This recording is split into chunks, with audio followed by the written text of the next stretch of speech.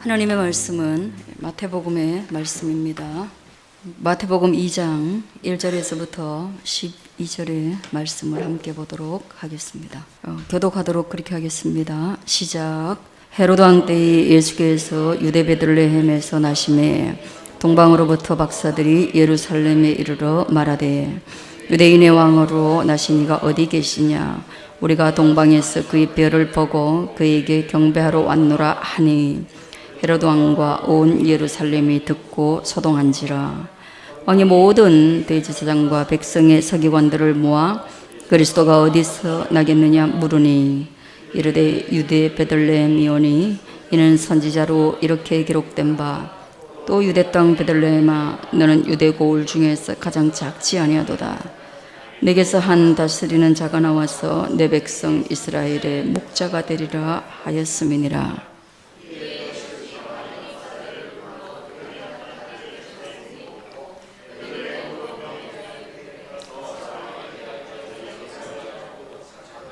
내게 구하여 나도 가서 그에게 경배하게 하라. 박사들이 왕의 말을 듣고 갈새 동방에서 보던 그 별이 문득 앞서 인도하여 가다가 악에 있는 곳 위에 머물러 서 있는지라. 그들이 별을 보고 매우 크게 기뻐하더라. 집에 들어가 아기와 그의 어머니 마리아가 함께 있는 것을 보고 엎드려 아기께 경배하고 법의 열어 황금과 유황과 모락을 예물로 드리니라. 그들은 꿈에 헤로데게로 돌아가지 말라 지시하심을 받아 다른 길로 고국에 돌아가니라. 아멘. 할렐루야. 우리는 예수님의 생애에 관련된 말씀으로 시리즈 설교를 듣고 있습니다. 제가 누가복음을 중심으로 하면서 이거 탁 놓쳐가지고 시간 순으로 보면 이게 지금 지난주에 예수님 12살 때인데 이거 지금 다시 아기로 돌아갔어요. 이게 먼저 나와야 되고 목자 다음에 이게 나와야 되고 그 다음에 12살이 나와야 되는데 여러분들이 지난주 설교 이전 거다 그렇게 생각하고 들어주셔야 될 것 같아요.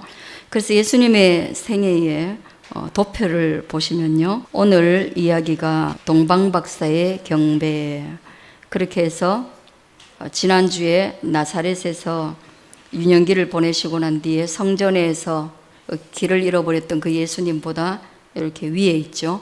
시간 순으로 그렇다 보시면 될 것 같아요. 아시다시피 여러분, 예수님의 출생은 요셉과 마리아가 호적 명령이 일어나서 살던 곳에서 베들레헴이라는 예루살렘 밑에 있는 지도상으로 밑에 있는, 그래서 그 위에 있는 나사렛에서 밑에 베들레헴으로 내려왔을 때 살던 곳이 아닌 데서 출생을 하게 됩니다. 호적하러 여행을 가기 때문에. 그러다 보니까 예수님을 낳으려고 할 때 집이 아니니까 여관을 찾았고, 여관에 방이 없으니까 그래도 아기는 낳아야 되고 해서 마구간에서 예수님이 탄생하셨다. 그런 내용이 되겠죠, 그죠? 근데 오늘 본문은 곧 탄생하고 난 뒤에 목자들을 이어서 동방의 박사들이 예수님을 경배하러 오는, 그래서 우리가 이 설교는 늘 크리스마스 때 듣는 그런 설교입니다. 1절에 보면 헤로드 왕 때에 예수께서 유대 땅 베들레헴에서 나심에, 유대왕으로 37년간 통치하고 여리고에서 죽었다고 하는 이 잔인한 헤롯 왕의 시절에 예수님께서 베들레헴에 태어났어요. 그런데 동방에서 박사들이 예루살렘에 요즘에 왔단 말이에요. 근데 이 동방으로부터 온 박사에 대한 기록은 있지만 그 나머지 다른 정보가 하나도 없기 때문에 이분들이 누구인가에 대한 그런 질문이 신학적으로 많이 일어났어요. 동방이라는 것은 분명히 지도상에 나타납니다. 그죠? 우리 여기 유대 땅 오른쪽으로 보면 시리아도 있고 요르단도 있고 뭐 이렇게 돼 있고, 오늘날도 보면 이란도 있고 이라크도 있고 사우디아라비아도 있고 보편적으로 별에 관련된 박사다 이렇게 이야기를 하는 바람에 조금 이란 정도, 페르시아 제국을 이어 내려오는 이란 정도, 그리고 박사들이니까 아주 그 해석 능력이 탁월한 천문학자 정도로 보고, 또 과거에는 이런 천문학을 하는 사람들이 조금 미래를 해석해내는 그 요즘 점쟁이하고는 조금 다른 그런 어떤 해석 능력을 가진 점성술자, 이런 사람들로 봅니다. 그러나 분명한 것은 와이즈맨이라고 그래가지고 어쨌든 이 사람들은 지식인이에요. 무당, 무속인 이런 건 아니에요. 그런 사람들이, 품격 있는 사람들이, 그리고 지식 있는 사람들이 예루살렘에 왔습니다. 예루살렘에 와가지고 질문을 하는데요. 헤롯 왕과 온 예루살렘 사람들이 듣고 소동할 만한 질문을 하게 됩니다. 그 질문이 바로 유대인의 왕으로 나신 이가 어디 계시냐. 그 자기들이 해석해 봤을 때, 별에 대한 해석을 했을 때 그 별은 바로 일반 별이 아니라 유대인의 왕으로 오실 이에 대한 계시적 차원의 별이 반짝반짝 빛나게 되었고, 또 그 별은 하나님의 영역 안에서 그들에게 나타났기 때문에 그냥 일반 천문학의 별이 아니라 초신성적인 완전히 다른 별이 나타났기 때문에 이것을 더 깊이 해석하기 시작한 거예요. 자연적 해석이 아니라 인류의 운명에 대한 해석으로 그들이 그걸 해석했고, 그리고 난 뒤에 와가지고 유대인의 왕으로 계신 이가 어디 계시냐? 그 정확한 지명, 정확한 장소는 모르겠는데 이쯤이다 이거예요. 그리고 우리는 동방에서부터 그의 별을 보고 왔다. 그의 별을 보고 왔는데 확인하러 온 것이 아니라 그 별로 탄생하신 이를 바라보고 우리는 경배하러 왔다. 예배하러 왔다. 이렇게 말하니까 아주 이게 심각한 거죠. 얼마 전에 우리가 윤석열 대통령이 취임식을 했습니다. 그 취임식을 할 때 그 수많은 나라의 사람들이 그의 취임을 축하하기 위해서 왔습니다. 그죠? 그러나 오늘날 대통령이니까 취임을 축하하고 또 선물도 주고 그 다음에 친서도 갖다 주고 그렇게 해가지고 그냥 박수치고 끝날 일이지만, 옛날에 왕이라는 것은 절대적 권력을 지녔기 때문에 대통령 취임식하고는 완전히 다르단 말이에요. 그래서 이런 의미로 여기 왔으니까 현재 왕으로 있는 헤롯 대왕, 내가 지금 왕인데 동방에서 품격 있는 사람들이 와서, 그냥 무시할 수 없는 사람들이 와서 그들이 한 별을 보았다라고 얘기하고 그 별은 유대인의 왕으로서 하나님의 계시적 차원의 별이었다라고 말을 하니까 이 현재의 왕이 이거는 쿠데타고 어떤 의미의 다른 쪽 사람들이 보면 혁명이고 그런 거죠. 촛불이 들려졌을 때 어떤 한편에서 봤을 때는 이게 거의 쿠데타의 수준이고, 어떤 한편으로 봤을 때는 촛불, 지금은 혁명이라는 단어를 쓰고 있잖아요. 그런 일이 유대 땅에서 벌어졌으니까 어떻게 소동하지 않을 수 있겠는가? 소동이 일어난 겁니다. 오늘 이렇게 지성이 발달되고 온갖 매스컴이 다 발달된 시대 속에서도 어떤 하나의 해석 앞에서 온 나라가, 15,000년 전에 우리 온 나라가 소동하지 않았나요? 그랬더니만 이 현재의 왕으로 있는 헤롯 왕이요, 모든 대사장과 4절입니다. 백성의 서기관들을 모아가지고요, 계시를 보고 왔던 동방의 박사라고 하는 이 사람들이 정확하게 위치를 알지 못하는데, 이거는 이방의 사람들에게도 드러나 있는 거지만 유대인의 왕이라면 너희가 더 잘 알지 않겠느냐라고 해서 전문가들을 불러가지고 다시금 해석을 맡깁니다. 바로 왕이 자기가 꿈을 꾸고 난 뒤에 그 꿈을 해석해 줄 점성술사가 없어가지고 결국은 그 해석을 누가 했냐? 출애굽기에 보면 요셉이 했습니다. 해석의 능력이 있는 사람들을 왕은 초대하는 것입니다. 그래서 왕들은 각기 전문인들을 자기 주변에 놓고 모든 사건들이 발생할 때 그에 대해서 해석해서 새로운 판단을 내리죠. 오늘날도 똑같습니다. 근데 누구를 불렀습니까? 모든 대제사장. 희한하죠? 원래 대제사장은 유대 땅에 한 사람밖에 없어요. 근데 이 왕이 믿음이 없는 에돔 후예였던 헤롯 왕이니까 막 대제사장 권한을 여러 사람에게 줘가지고 힘을 분산시키는가 하면 혼란을 야기하는 거죠. 신앙의 값어치를 떨어뜨리는 거죠.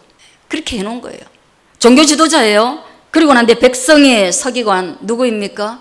예, 이 사람들은 성경을 필사하는 사람입니다. 그래서 성경에 대해서 굉장히 잘 알죠. 그 내용을 다 통달하고 있겠죠. 그 사람들을 불러 모아가지고 야, 너희가 아는 범위 내에서 그리스도는 어디에서 나냐? 별이 예루살렘쯤 와서 그냥 멈춰버렸다. 이 근처에서 반드시 태어난다. 근데 어디서 태어나느냐? 그랬을 때 그들이 이렇게 말합니다. 5절 유대 베들레헴 이오니. 그러니까 군단이나 시단위 정도로 넓은 영역에서 메시아가 태어날 것, 유대의 왕이 태어날 것을 알고 왔는데 베들레헴이라고 말하는 것을 통하여서 바로 무슨 단위로? 예, 동단위로 축소해 버리는 거예요. 이해가시겠죠? 상모하고 사곡이란 동단위로. 그런데 문제는 뭐예요? 이 베들레헴은 상모나 사곡 동만큼 인구가 많은 동네가 아니에요. 더 작은 동네예요. 그리고 우리 촌동네 정도 되는 것 같아요. 면 소재지 정도? 요 정도. 선지자들이 기록해 놨습니다. 유대 땅 베들레헴아, 너는 유대 고을 중에서 유대라는 땅 안에 속해 있는 베들레헴, 그 베들레헴 아주 작은 동네인데, 그런데 선지자가 말하기를 내게서 한 다스리는 자가 나와서 내 백성 이스라엘의 목자가 될 거야 라고 말했으니 바로 베들레헴, 여기가 이스라엘 백성을 이끌어갈 목자, 곧 왕이 탄생할 지역입니다 라고 말하고 있어요. 우리 같이 여러분 성경 안 읽으면 우리 뭐 와도 누가 우리한테 물어도 모르겠죠. 야, 너 예수 믿으니까 이런 일이 발생했는데 이런 일이 앞으로 차차 어떻게 될 것 같아? 지금 우크라이나가 전쟁을 하고 있는데 이런 일이 앞으로 어떻게 될 것 같아? 기후가 변화되고 있는데 이런 것들은 성경으로 어떻게 해석할 수 있을 것 같아? 핵무기들이 막 일어나는데 확실한 거는 성경에서 우리 종말은 불심판이 일어날 거라고 그랬거든요. 물론은 다시 심판 안 할 거라고 그랬어요. 그럼 불의 심판이 일어나는데 그 불이라는 게 화산 폭발일 것 같아? 핵 폭발일 것 같아? 한번 생각해 볼 수 있어요, 여러분. 근데 우리는 성경 안 읽으니까 모르죠. 근데 이 성경 읽는 사람들은 이 구절을 갖다가 헤로드 왕에게 들어댔어요. 그리고 이 성경 구절은 바로 미가서 5장에 나오는, 그리고 2절에 나오는 구절이에요. 동방 박사들이 봤던 구절은 민수기 24장 발람의 예언 가운데 나오는 이방인들에게도 오픈되어 있는 성경이라서 민수기 24장 17절 이하의 말씀이에요. 이방인의 선지자 발람이 예언했던 내용이니까. 그러나 유대의 선지자 미가가 예언했던 거, 그래서 더 정확하게 베들레헴에 대해서 말했던 거, 이 구절입니다. 그래서 베들레헴이라는 동네는 정말로 물리적으로는 아주 작은 동네이지만 그러나 거기에서 메시아가 탄생할 것이기 때문에 메시아로 말미암아 유명세를 탈 거기 때문에 그 동네는 절대로 작은 동네가 아니라고 성경에서 말씀하고 있습니다. 할렐루야. 크고 작은 거 우리의 기준이 뭐예요? 우리 큰 거 서울이에요. 서울에서 잘 나가야 잘 나가는 거예요.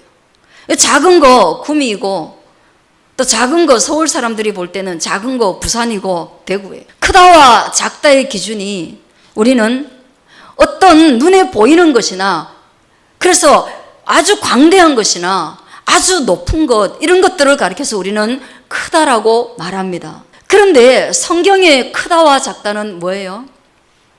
그것은 바로 하나님과 연결된, 예수 그리스도와 연결된, 그래서 영적인 예민함, 그래서 성령의 기름 부으심이 있는 하나님과 관련 있는 것들을 가리켜서 크다라고 말씀하고 있다는 것을 저와 여러분이 들을 수 있게 되어지길 바랍니다.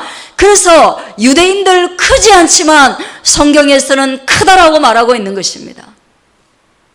오늘 한국 땅이 실제로 지금은 뭐 어쩌면 커져버렸는지 모르지만, 그러나 크지도 않았을 때 한국 땅이 크다라고 말할 수 있었던 것은 수많은 믿음의 선지자들이, 믿음의 사람들이, 믿음의 선각자들이 이 땅에서 피해 순교를 감당하고 끝끝내 믿음의 순결성을 잃지 않았기 때문에 이 땅이 큰 땅으로 하나님의 나라에서는 인정받을 수 있었던 것입니다. 이것을 믿을 수 있기를 바라요. 예, 그래서 오늘 베들레헴은 크지 않아요. 그러나 커요. 저는 오늘 여러분들이 예수 그리스도의 탄생과 같이, 그리고 그 마을과 같이 우리는 크지 않아요. 그러나 우리 속에 예수 그리스도가 있기에 저와 여러분은 커요 라고 말할 수 있는 은혜가 있기를 바랍니다. 이 말씀의 의미가 그런 거예요. 근데 헤롯이요, 가만히 박사들을 불렀습니다. 그리고 난 뒤에 이리 와보세요. 이리 와. 별이 나타난 그때가 정확하게 언제입니까? 그리고 난 뒤에 베들레헴이라는 곳에서 메시아가 탄생할 것이니까 거기에 가서 한번 찾아보시되, 당신들이 찾거든 절대로 그냥 가지 마시고 다시금 나에게 와가지고 그 아기에 대해서 말씀해 주시고, 그리고 나도 당신들처럼 가서 그에게 경배하게 해주세요. 메시아가 이 땅에 왔을 때 두 가지 해석이 있습니다. 한 사람은 그 메시아가 하나님이 보내신 정말로 목자인 메시아로, 그래서 그분을 예배의 대상으로, 그분을 경배의 대상으로, 믿음의 주여 또한 온전케 하시는 이인 예수 그리스도라는 것을 고백하기 위한 대상으로서 예수 그리스도를 해석하는 한 부류가 있는가 하면, 그래서 잃어버렸던 생명을 얻고자 흙으로 이 땅에 와서 광야에서 살아가면서 고난과 고통 가운데 살아가면서 우리의 구원자를 간절히 기다리며 우리의 영적 회복과 언약하신 예수님을 만나서 구원받기를 갈망하는 그런 한 부류가 있는가 하면, 또 한 부류는 헤롯과 같은 부류가 있다는 거예요. 예수님이 힘을 가지게 되면, 백성들이 예수님을 믿게 되면 우리의 정치적 위치가 축소되기 때문에 거기에 대해서 우리가 알고자 하고, 알고 나면 거기에 대해서 박해하고 그를 죽이고자 하는, 그를 배척하고자 하는, 오히려 그를 믿는 사람들을 학대하고자 하는, 예수 그리스도를 죽이고자 하는 한 부류가 있다. 지금도 그런 거예요.